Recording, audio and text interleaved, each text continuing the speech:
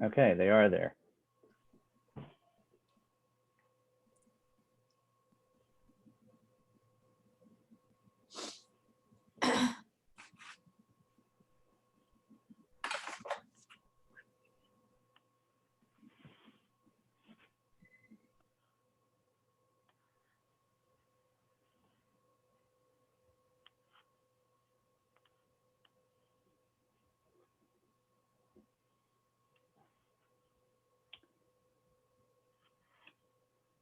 All right, we'll go ahead and get started. As people kind of trickle in, we'll welcome everybody. Thank you for coming to this particular session, the first of the morning. So we're working through some hiccups and hurdles here. So bear with us as we get this going. My name is Jeff Owens. I'm a senior lab planner with Hera Lab Planners. Just real quick about me, then I'll hand it over to our other speakers to introduce themselves, and then we'll kind of go through the presentation quickly, and I'll kind of discuss that in a moment here as well.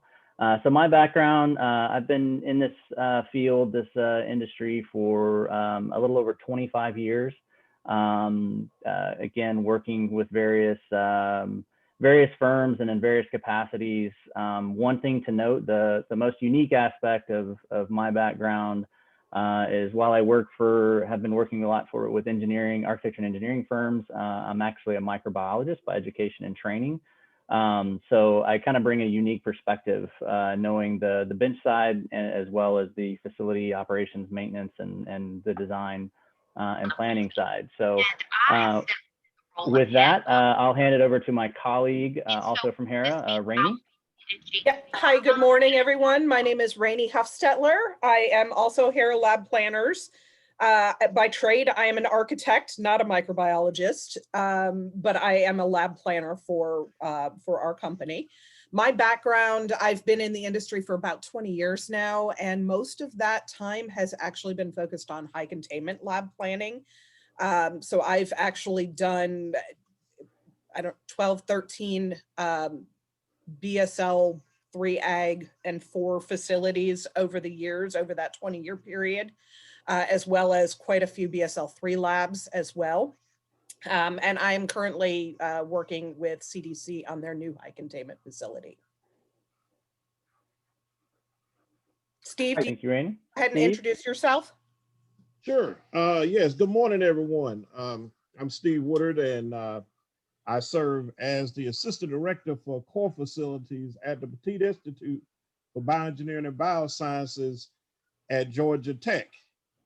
Like Jeff, I was trained as a microbiologist, and I spent the past 20 plus years managing core facilities. And of course, in the management of the core facilities, that involves top to bottom approach in terms of designing the space to accommodate equipment, designing research labs, working with interacting with facilities managers and vendors to make sure that we have optimal spacing for equipment, making sure that we are in compliance with safety protocols. And so currently, of course, we've been trying to manage COVID in a core facility environment. And of course, that involves looking at different laboratory spaces. So thanks. All right, Scott. Hi, Scott DeBlaise, Executive Director, Space Planning, Architectural Services, and Lease Management for University of Chicago, Biological Sciences Division, Pritzker School of Medicine. Been in the role for around 15 years. Before that was in a similar role at University of Illinois at Chicago. Before that I was in consulting. I look forward to talking with you all today and answering any questions we can help with. Great, thanks everyone. So hopefully everyone can see my screen right now. we're gonna jump right into the presentation. And like I said, one key goal of the thing we want that we want to achieve here is truly make it a panel discussion, but involve the audience as much as possible. So we'd like to kind of make this more conversational. So we'll talk through some points here that we want to try to trigger and elicit some discussion of kind of our thoughts, our approaches to certain things, and then we'll try to open it up to some questions and polls. One thing to note: the polls are being conducted through the portal that you kind of logged into this on Pathable. So that's where we'll have to kind of engage with those polls. So if you can pull those up off to the side, they're not in the Zoom platform, they're under Pathable. So we'll try to get that going. Either way, we'll kind of be nimble and adjust accordingly. So anyways, the getting into the presentation, future-proofing your lab. How do we keep these spaces kind of flexible and adaptable for rapidly changing and uncertain environments? One thing as designers, architects, you know, we've been preaching flexibility and adaptability for quite a long time, but no more so than now and under COVID have we kind of realized it's putting that concept to the test. But at the same time, we didn't necessarily want to make it entirely COVID centric. So, you know, there's other things that might impact how a facility is flexible or how it can be adapted. Again, the one thing that I'm mentioning, you know, COVID, how are we all functioning? How are we all operating under these kind of new guidelines, under these new circumstances? How are we still conducting science? But there are other things out there that have, you know, kind of changed the way we've done things. So, you know, what is the next big thing? Is it another global pandemic? Is it other technological advances? You know, kind of what you're seeing here is the high throughput screening and things that have various automation and robotic systems that have really changed, again, how we do science, or how rapidly and in how a much smaller footprint we can conduct research and analytics. Other things on like scientific breakthroughs. What are some things that have changed how we do it? Here you see the two ladies that recently won the Nobel Prize in chemistry for their CRISPR-Cas9 discovery. So that has changed how we do molecular biology. The gene editing, the tools that are coming out of CRISPR-Cas9 has been remarkable. So that's truly changing the face of how science is done in the space. So how does that environment change? How does the built environment change to support these new technologies, these new breakthroughs? Or under the case like COVID, how do we still conduct science, but also you know, work within the constraints that we're faced with from social distancing and those kind of things? So just you know, kind of a real quick snapshot. Again, we'll go through this kind of quickly and then open the floor up to discussion. So didn't want to do too much of a deep dive here, but you can kind of see how things have rapidly changed and where we are now in terms of our thinking. Even as planners, how we've changed and evolved has developed rapidly. But that's kind of one of our key components is, you know, that's what we do from a planning standpoint. We tend to ourselves be flexible and adaptable, but we're really truly being put to the test under the circumstances right now. But you kind of see, you know, kind of a general progression from, you know, kind of fairly dark, dank laboratories and basements and windowless rooms and things of that nature to more bright, open, airy spaces where you actually might have certain collaborations and huddle spaces within or on the periphery of some of these, some of the laboratory spaces to open them up and make them more inclusive to the rest of the facility. And what that looks like moving forward, it's going to be very, very interesting. So some things that we think of as we move forward is kind of, we start with how you define your needs. And you can kind of see here that this is just a real quick graphic just to show you, it's the same image, but it's set up in different ways. The light blue being office and the light gray being lab, and then shop for the others. You can kind of see how it changes. The needs are going to be different from location to location. We jokingly kind of refer to mini lab spaces like snowflakes. You've seen one, you've seen one. So there is no cookie cutter per se lab. It is truly based on what your needs are and the aims and the staff and the research itself. Getting a little deeper, starting to look at zoning and organization. So we looked at from that very high level concept. Now we start looking at, you might hear it referred to as front porch, back porch, or from a theatrical standpoint, front of the house, back of the house.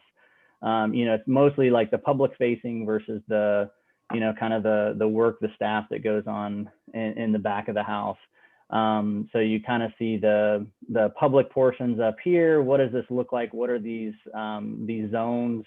And then you start seeing the me, and then the staff, the we.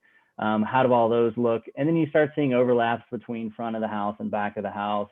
And then a lot of cases, you might see some of these components overlap and connect. So there's, you're seeing more and more of that in terms of historically, a lot of these elements were in silos and zoned and distinctly separate. And we're seeing a lot of that come together. So here's kind of the example of that, of the trends that we're seeing, the kind of the typical, very siloed, very definition-based space. You have your office here, your dry lab here, your wet lab, the lab sport in between, and barely the elements meet. And what we're seeing is a lot of, historically, the dry and the wet lab, it was heavily wet lab focused and minimal dry lab. We're seeing some of that shift. And you're now seeing kind of lab being included in one, a little bit of overlap with office, and then kind of even makerspace as things go from bench to marketplace, for example. You're testing and improving and then making and generating some of the products that might actually make it out into the marketplace. So you're seeing a lot of that now kind of become more cohesive and overlap.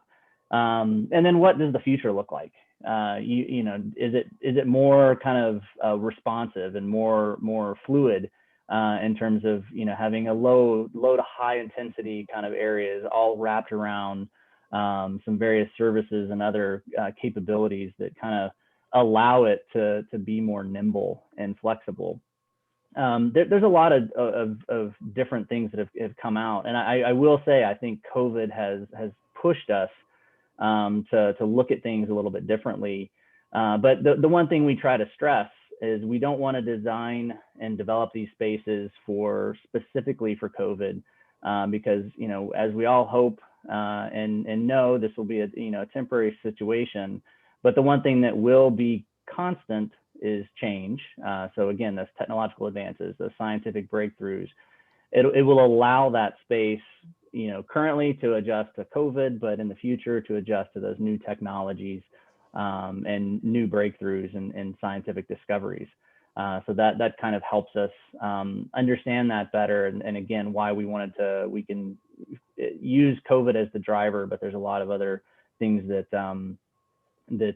we can adjust and adapt to. And just to demonstrate kind of what we refer to from a flexibility and adaptability standpoint, we try to lay these things out in modules. So you kind of look at this space here, this one laboratory space. From a flexible standpoint, it's just converting that same space into some other function, and doing so in a minimal effort, minimal kind of impact. And we'll throw out some questions here momentarily about the newer trend on modular casework or mobile casework. Those things that can be moved around to accommodate either changing the space or accommodating equipment or other processes. And from an adaptability standpoint, you still have the same module, but with minimal changes or additions, you can actually change its entire function, but still utilizing the same space. So you're kind of repurposing it, but with minimal impact. So it's kind of set up that way to accommodate that as needed. So that these are kind of the things that we've looked at, and how does that work? How can we support that? Granted, understanding the infrastructure that's required from this space to that space, how do you accommodate for that? Meaning things like, power requirements, plumbing, gas, those kind of things. Those are all things that are difficult to predict. And most of our crystal balls are pretty cloudy in that regard. But, we try to accommodate that as best as possible, again, with minimal disruption to accommodate that. And here's the slide that we hope evokes the most kind of conversation with the group. It did with the panel the other day. We had a lot of great conversation on this. So looking at design and workflow optimization, how do we optimize the design to also make the workflow the most effective and efficient? And the example we're showing here is as laboratory planners, it's what we do best, the laboratory, right? It's the laboratory space. And we look at what we call spaghetti diagramming or process mapping. We see how people move from space to space and move through spaces and move from station to station so that we can then set it up and optimize that space, which in turn then optimizes the workflow. There's other things that can be done administratively to change how that works or operationally. And these are things we'd like to kind of all of these we'd like to get into a further discussion about that. How does this apply not only to the laboratory, but the whole facility? How are we moving people through spaces, particularly noting our current situation under COVID, where we have social distancing requirements and things of that nature that we need to be more cognizant of with the staff, the personnel, the researchers, the laboratorians. How do we manage that? If we see a lot of activity in one area, like you see down here in the lower left corner of the space, how do we manage that where we have minimal interaction or overlapping of people, or we reduce that physical distancing down inadvertently because it's essentially a pinch point in the workflow. So that's kind of where I'd like to step off here and hand it over to some of my fellow panelists to kind of chime in just for a brief moment, and then we'll kind of open it up to the audience, because like I said, we'd like to get this as more conversational. There's a lot of things we can learn from each other.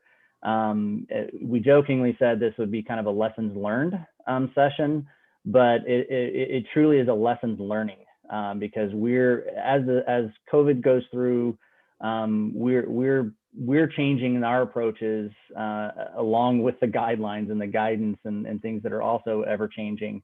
So this is truly a lessons learning opportunity. It's a living experiment that we're in, and would love to hear everyone's feedback and what has worked, what hasn't.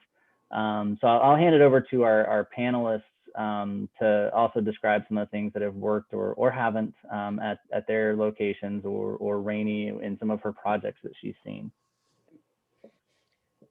Thanks, Jeff. I would just like to sort of reiterate that based on this discussion that we had internally, as we were developing this diagram itself really sort of summarizes what we as lab planners have kind of known all along, which is that the lab itself is not a little bubble within the building. It is not decoupled from the rest of the building. And what we're seeing with COVID right now is just sort of a scaled up production of what we have, the steps that we as lab planners have always gone through, which is to take a look at the lab, the internal functions of the lab, but also look at how the building and the campus surrounding that lab function in support of that microcosm. So we have spent, countless amount of time studying the flows of waste streams and material delivery and PPE and how people are entering the building and how, animals and materials are entering the building or leaving the building. So we're used to looking at the entirety of the process, whereas I think that the the design of the lab itself is almost a parallel to the idea of the siloed labs or the siloed PIs, where many facilities that we've seen have functioned up to this point as these siloed entities where, you know, each PI is kind of doing their own thing and they're not necessarily always talking to facilities and they're not coordinating what they need for their space. So at the beginning of COVID, we started having clients like Scott reach out to us to say, okay, we need to look at not only our labs themselves, but what they're all connecting to. And how do we start to get our people back to work? How do we start to apply what we know about the function and the flows of the labs themselves on a scaled up version so that we can understand better where the pinch points in the building are going to be, where the problem areas in the building are going to be? Because I think what we've learned from this process is that COVID isn't just something that is affecting the labs. It's affecting everyday life. It's affecting every type of building, and we need to be able to have better lines of communication. And I think Steve can really speak to this from a sort of a staging standpoint about the effectiveness of consolidating that information flow, opening up the lines of communication so that there is a better process in place. I can make a few comments on what has been said. So, you know, again, as you see the spaghetti diagrams, one can also, and we kind of talked about it a little bit, but look at that and say, you know, how do you get to work? You know, how do you have to take public transportation? If so, how do you do that safely? Once you get off the public transportation, or if you're lucky enough to drive, do you have to walk somewhere? Do you have to go into buildings to get to the building that you want to be at? Are there queuing lines in the elevators, in the cabs? Is there enough space to be socially distant? These are all things that come to mind when we look at these workflows that expand beyond just the building or the lab, things that we need to think about in terms of having our employees come to a safer work environment. So that's one thing that kind of comes to mind when looking at this. The other thing is when at the University of Chicago, we came back to work, we began looking at people that were essential workers. And we kind of communicated that to our population of people, researchers, investigators. What we had meant to do by that was to say, hey, listen, are you working on something that will help solve the virus problem that we currently have? Those are considered essential workers to us. What the researchers and the other people heard that we had sent it out to was, well, you know, we're all essential. I mean, we're all doing work that's essential in one way or another. So instead of us getting a response that, you know, 15 or 20% wanted to come back to work, we got something order of magnitude between 60 and 70% of the people. And we were like, oh my gosh, did we just miss an opportunity to be a little bit more careful about our words? Something to think about if you're out there, you're bringing people back in stages, and how you communicate with them goes a long way. And that's just a lesson learned from my perspective. Yeah, great. Like I said, there's a lot of perspectives, a lot of good, bad, and indifferent. I think, you know, what you know, you might employ something similar in one location with totally different results. And the other thing, you know, we entirely intend to kind of focus on COVID, but there are other situations too where I think describing how we have adapted to some changing requirement, whether it be a new PI that has very unique or complex requirements for their facility, for their space. You know, how have you accommodated that? And Scott, going back to you, I think you had a good example there as well that, you know, we can share that might also prompt or elicit some other discussion with your cancer center. You know, using different technologies or things, whether it be COVID or something else. Scott, if you could share that example. Yeah. So we were in the market for a new Cancer Center director, our one that had been there for 30 plus years and is very well renowned in the industry, was retiring. And when he began to come on board, what we had quickly realized was that we needed additional capacity within our CGMP facilities. We needed to be able to create some clean room environments that would work for particular stages of the development of things that we were doing. We turned to a company which everybody is probably familiar with called BioBubble, and that's not a a marketing statement for them. It was just what we called it. I guess it was kind of like Xerox or Google, but they were able to give us some alternatives for ways to increase the clean room capacity that didn't involve a high sunk cost. So they were highly adaptable. And then as the way it turns out is the building that some of this stuff is being constructed and are set up in is being torn down. And it will also allow us to take that investment with us and reset it up in another location. So that's something to think about in terms of being adaptable and something that future-proofs you from having to spend large amounts of money if you're thinking about clean room environments. Yeah, and that's something that we're seeing again, even on the design side. You know, a lot of focus on kind of CGMP or CGMP-like spaces, some with or without kind of clean room components. So, you know, coming up with, you know, creative, innovative solutions to that, trying to repurpose and reuse existing spaces in that manner can be challenging, especially if the infrastructure isn't entirely there to support. So coming up with those kind of solutions has been something that we've certainly gravitated towards. Any other comments from the panel? I'll open it up to the floor if anybody has a question. I would encourage you before that, use the chat on Zoom that's there. I'm also going to show where the link for one of our first polls is going to be. I'm going to list it there in case you don't have the Pathable portal up. It'll direct you right to that. So we're going to try to use that in the best way we can here since the two are kind of somewhat disconnected. But any other feedback from the panel before I toss it over to the audience to contribute? We'd love to hear from everybody of how they're managing this. Yeah, I'd just like to chime in regards to spaces in trying to rapidly respond to COVID and how we scheduled equipment in a particular space.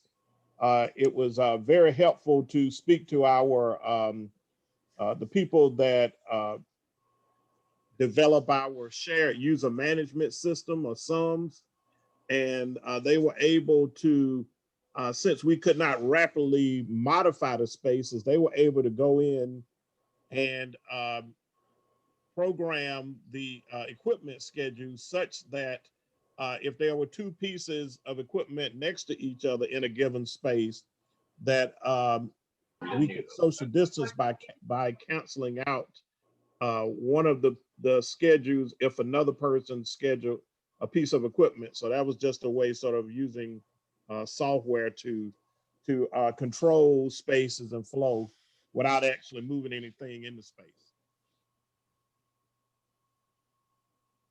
And I think we actually have a poll question, Jeff, don't we? Yeah. Regarding technology. I am very curious what similar types of scheduling technologies or other the other folks who are in the session have implemented.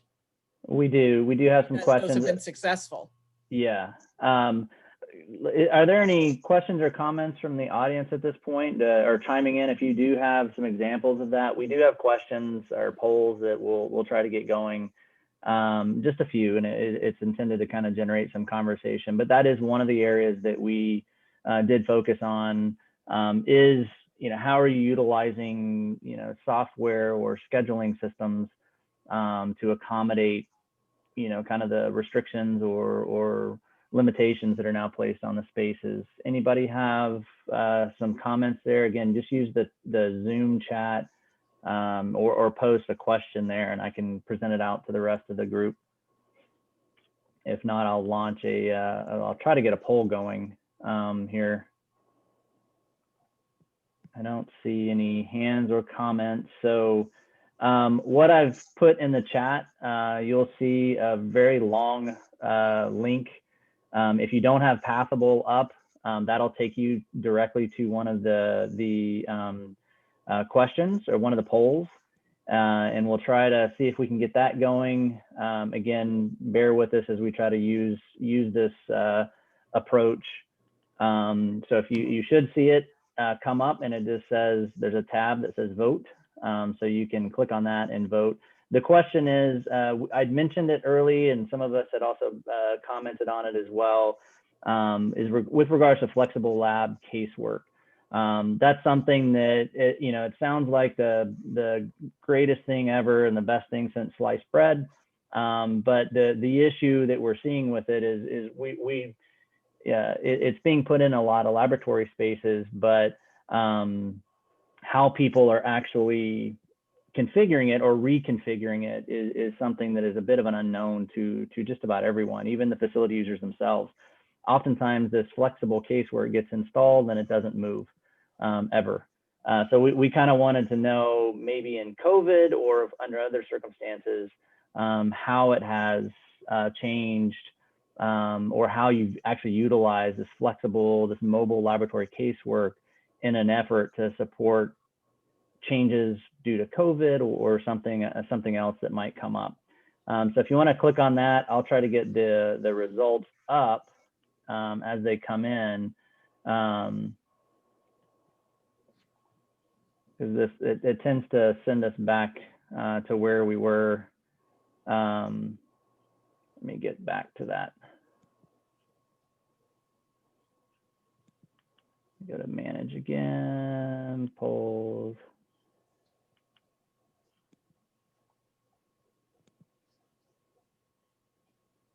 We'll see if there's any opportunity that it's coming up here. All right, there are some responses coming in, so people are getting into it. That's good. Let me see if I can put them up on the screen here. Nope, it will not let me. All right. So it looks like it's 50-50 in terms of some have reconfigured it, others have not. That's kind of what we're seeing and hearing as well. Anybody want to speak to that? Those that have reconfigured it, what was the reason? How did that work for you? Was it because of COVID? Was it because for other reasons? We did some reconfiguration of ours due to COVID. One of the things, we were one of the earlier adopters of the flexible bench type environments. And what we have found, given that since we were an earlier adopter, that it is quite expensive to make those changes. It is not as modular or easy to reconfigure as possible. So typical bench, you have 1 or 2 spaces at an end of the bench. What we did was move one of those spaces to the other end of the bench so that there was enough space in between those two so that they could both work at the same time. Again, the cost for doing it was prohibitively expensive because we were an earlier adopter and the actual systems no longer existed and had to be customized. So just something to think about. You may want to check it. And also, being in Chicago, we have to give our due to the unions. And so doing anything in those environments does cost us a lot of money. Sure. Any others? You can raise your hand too if you'd like. I can unmute you and just speak up if you'd like. Rainey, are you seeing anything in your projects? Yeah, I mean, most of our clients have traditionally wanted, well, most of our clients actually end up with sort of a combination of fixed casework as well as the flexible. Traditionally, anything associated with plumbing, they tend to want to be a fixed component in the laboratory. So those have obviously not changed. But there is, and this is really more of a technological thing than a COVID thing, but the desire for the flexible casework has traditionally been in spaces that are wanting to implement new equipment, bring in, a larger scale. Some of the throughput equipment that you were mentioning at the beginning, Jeff, is has a pretty substantial footprint. The use of robotics in labs, those types of spaces, and the flexible casework obviously allows pieces to be removed so that they can install that larger scale equipment in there. Traditionally, we've seen much less sort of reconfiguring based on PI just wanting to have a different arrangement of the casework. It tends to be more of a substitution process to make way for equipment from what we've seen. Okay. Yeah, I totally agree with what Randy said. That's exactly what we see 99% of the time. And we make very, very few changes to the movable lab benches. We placed all of our plumbing inbound. So, there is no real water or sewer issues with moving it. Even at that though, we don't move it.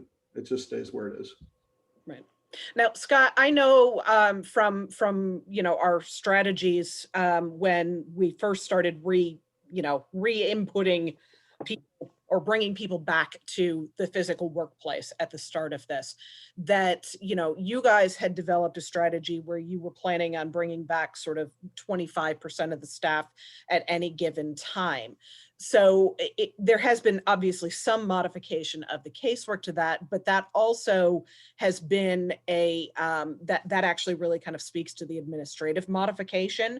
And I know that I think your phasing has been scaled up at this point. Maybe you could speak to that a little bit, but maybe it's also an opportunity for us to talk about sort of the shifting arrangements in, work is not necessarily, well, in probably none of our fields was it ever a 9-to-5 kind of a prospect, but it's not as fixed as it used to be. It's become the work schedule itself has had to adapt because of the situation that we're currently in. Yeah, we started off with a return to work by the essential workers that I kind of mentioned earlier, and it was around 10%. We ramped up to 25%, then we ramped up again to 50%. The 50% gets a little tight. So when you begin to socially distance people, 6 foot diameter, a 6 foot diameter circle around each person, a 6 foot center to center person length, things get really tight in some of these labs when you do that. And so you hit upon kind of the pinch point there. Well, then how do you actually work inside of the lab if you have things that you need to get done? A lot of people have gone to shift work. So that's the way in which they're handling it. It seems to be working fine. The administrative component to all of this is the real tricky piece. It's not as sexy or interesting to some of us being lab planners or working with labs. But it's how do you create consumption spaces, or we call them eating areas, where people can actually have a lunch. Obviously, people are not going to have their masks on. So we recommended 8 foot distances. We took a lot of our conference rooms, put all of the tables outbound so a person is eating facing a wall. And that has been working well. They have sanitizing stations when they come in. They're required to clean the space that they eat at before they start eating, and clean it when they stop. If they get up, they have to put their masks on, things like that. Other pinch points are elevators. I mentioned briefly, sometimes stairwells, bathrooms. And then you have these open office seating environments. where we've struggled with that. You know, we went to open office because we wanted to open everything up, and what we did was open everything up. So we were perfectly successful in being adaptable and allowing more density into places, and now we're trying to go the opposite direction. And so we haven't really come to a landing point as to whether or not plexiglass is an alternative or some type of other partitioning is an alternative. And we haven't had to because we haven't jumped to 75%. But if we do, we will have to look at that. Right. Okay, that's a good segue to another one of the polls. I've put it in the chat room off to the side. Again, a link directly back to Pathable. This one is in regards to some of the technologies or approaches that you might have used. You've heard our panelists refer to several of them. So go through and take a look at that and choose the options. I don't think we put an other in there, but feel free to chime in, put in the chat room or the chat box if you have used other approaches or technologies. That would be nice to see. So I just want to do a quick time check. I want to make sure we also get through either the questions that we have here or any questions from the group as well. So the results are coming in. So I'm going to pull this up so we can, I'm going to try to do a new screen share so you guys can see some of the results here. So take a look at, hopefully, are you seeing the circle, the graph now? Good. Yes. So you're kind of seeing a heavier bend on unidirectional signage. That was another one of the ones that was pretty interesting for us from a designing standpoint of also not only unidirectional signage, but creating unidirectional workflows of entrances, separate entrances and exits. Obviously, that's not always feasible, but how do you do that in a space and still accommodate the work that needs to occur? Again, whether that's a laboratory or just the workflow through the building itself.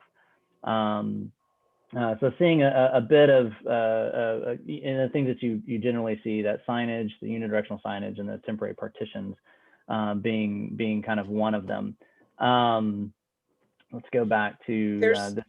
There's also ahead, a question in the chat. Jeff, I see that. Yeah. Lori. Yep. Okay, so we have a question here. We don't want to design future laboratories for COVID. Could you expand on this point? So my point with this one is a lot of the things that we're putting in that it's the reaction versus being proactive kind of perspective. We don't necessarily want to design if we're in the process of designing a new space right now.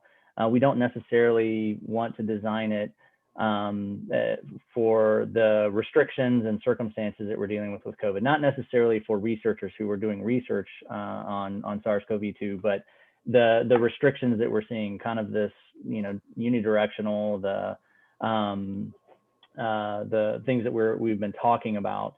What we want to do is what I'm referring to is design the space so that it's flexible and adaptable to accommodate something like COVID again, or a new technology or a new scientific breakthrough, for example.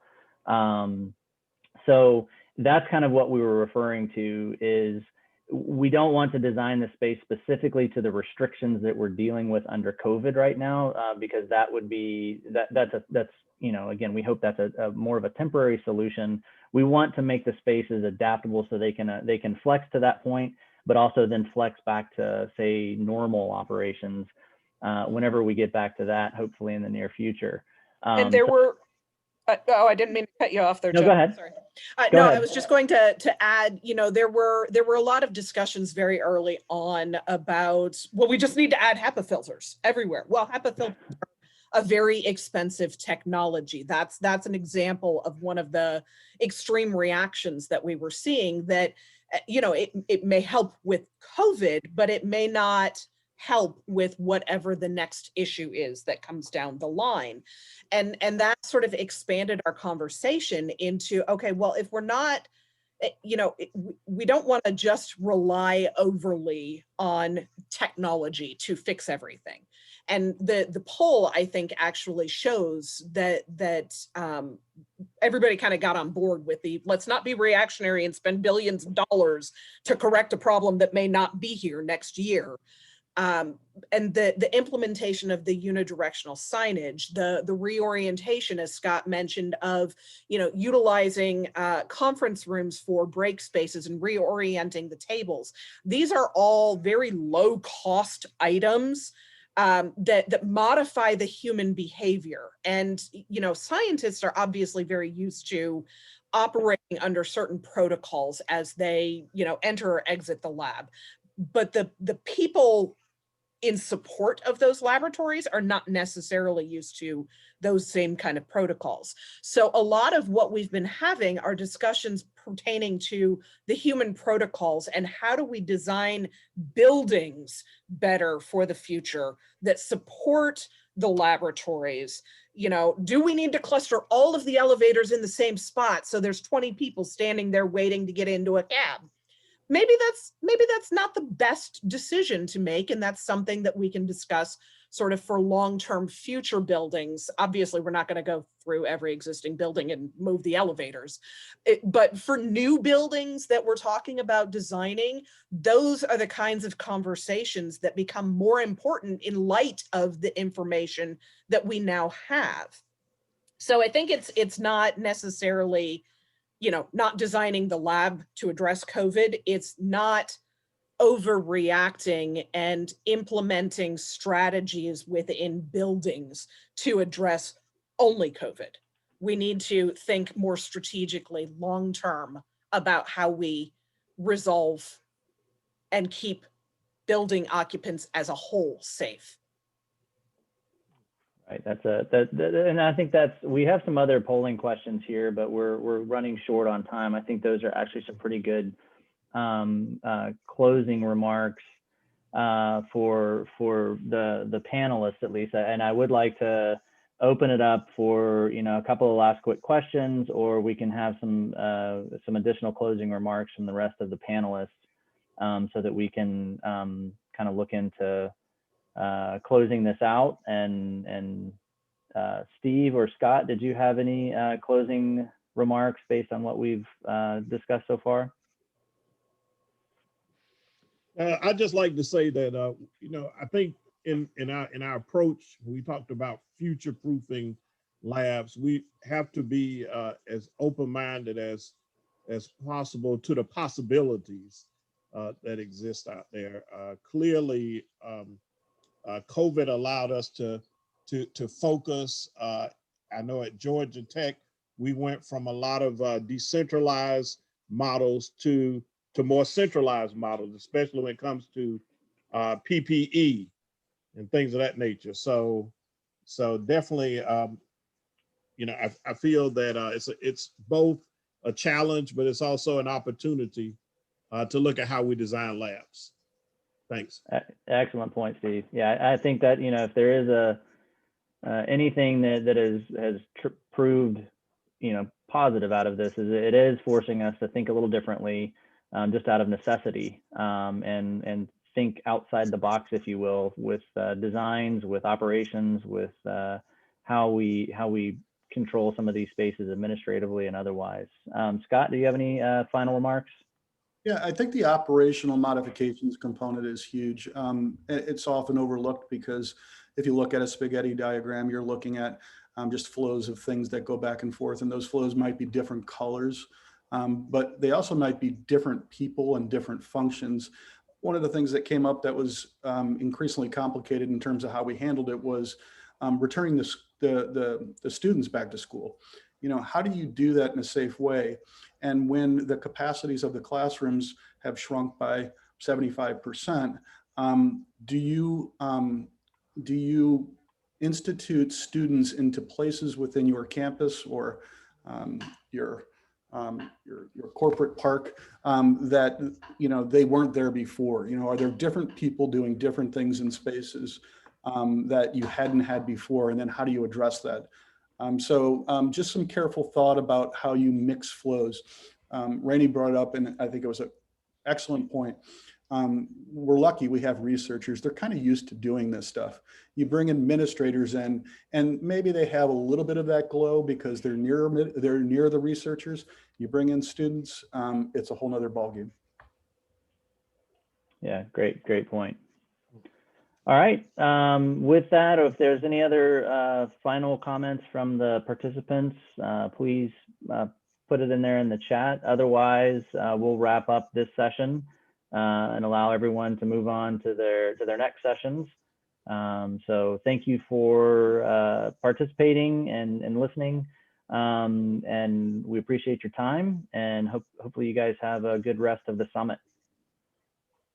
Thanks, everybody. Thanks all.